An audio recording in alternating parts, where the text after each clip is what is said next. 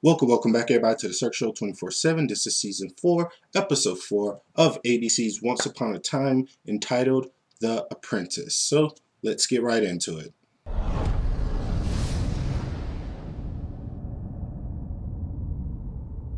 All right, guys, The Apprentice.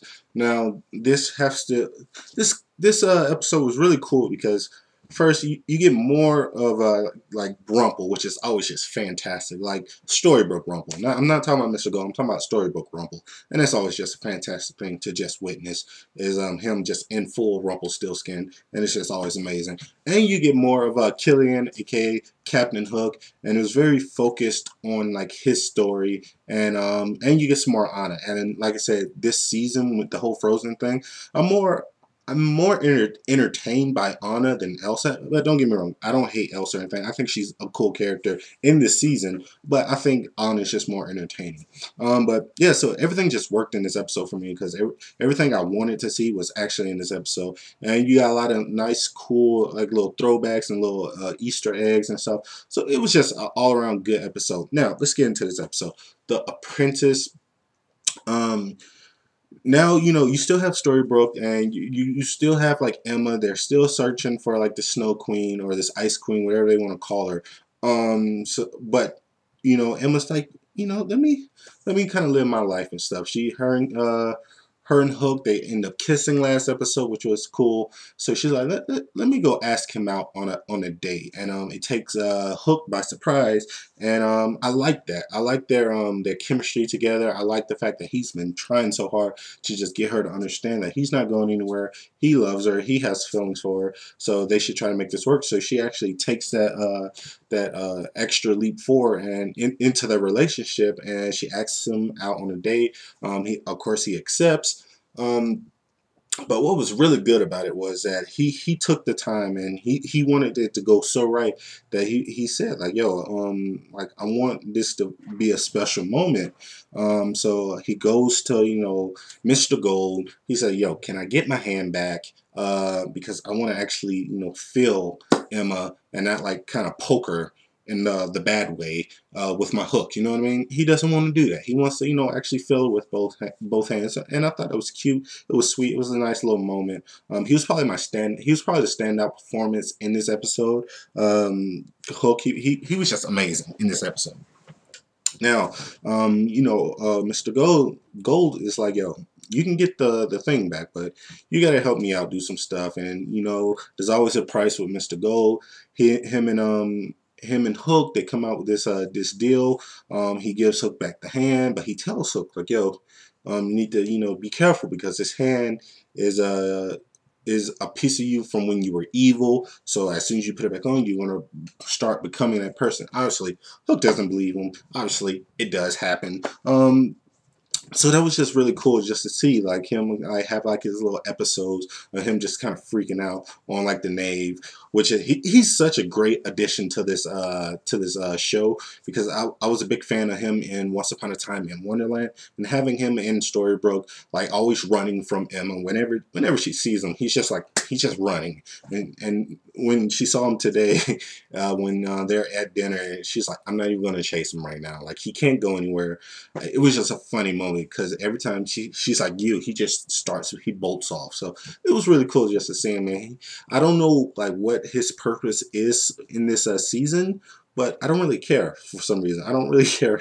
I just like him in this season. But we do get like a little bit of him. He stole the Alice in Wonderland book from the library, so maybe they're trying to incorporate that back into Once Upon a Time. I don't know, but that's enough of him. But let's get back into Emma and Hook. I do love the fact that he took the time. He got out of his pirate gear. He got some real clothes.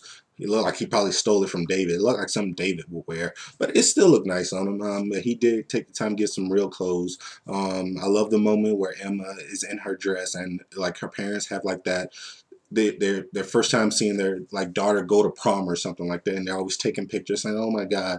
And David's like, I don't want to know what's going on, I don't want to hear none of this. And he's acting like the protective dad, so I like him in that role. I think David does it really good, like when he sees Hook and he's in that uncomfortable like situation when the mom wants to know everything but the dad doesn't. So I thought it was really, really nice. It was really well done. So, you know, overall, like the storybook stuff was really, really cool. We did get to see a little bit of the Snow Queen. We don't really know what she wants with Emma and why she's so fascinated with Emma. So I'm really looking forward to see like what's her deal with Emma and how that all ties in together. Now let's get into you know, the fairy tale world, you know, the enchanted forest, or whatever you want to call it. We get back with Anna. She was on her way to see Rumpelstiltskin. She actually finds him, and once again, he has to make a deal. She wants to know the information about her parents and why they left for Anna and stuff like that. And he has to make a deal with her. But the way it was choreographed, or not choreographed, but the way he constructed it was really, really cool. Because at first he's like, "Yo, you need to go take this to this old guy. He's an apprentice and stuff.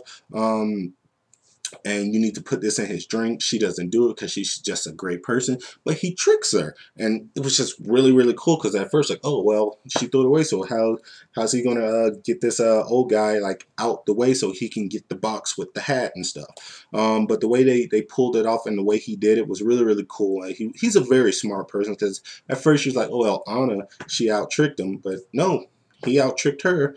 But it did kind of bite him in the butt a little bit, because you do find out why he wanted the hat anyway, and that's just because he wants more power, but he wants the power to like not be controlled by this stupid dagger. You know what I mean? Because that's what's really like messing him up, and that's what's really like not allowing him to reach his full potential as like the Dark One, is that he's always been controlled by this dagger, and the only way he can not be controlled is with the hat and stuff. And by the way, the hat, like the sorcerer's hat and stuff like that, it looks fantastic. I love the fact that they don't put like the you know, the cookie cutter versions of like the stars on it. I like the fact that it's like the space, like you actually see space and you see like these stars like glowing and stuff like that. I think that's a very cool touch, and I think it looks really cool.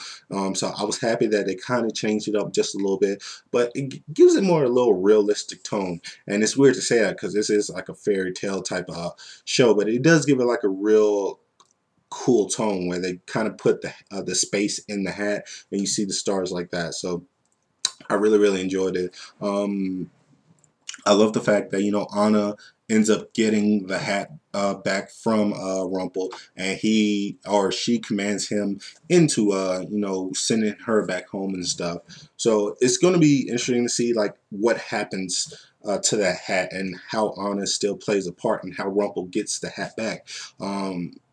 Because like she has it now, and we don't know like what Rumpel really wants with it, but well, we know what he wants with it, but we don't know how he gets it back and stuff. So I'm interested to see how he gets it back in the fairy tale world, or if he doesn't get it back. Maybe he never got it back, I don't know, but he looked really pissed off that he did get out duped for a second. So you know, overall I really enjoyed this episode.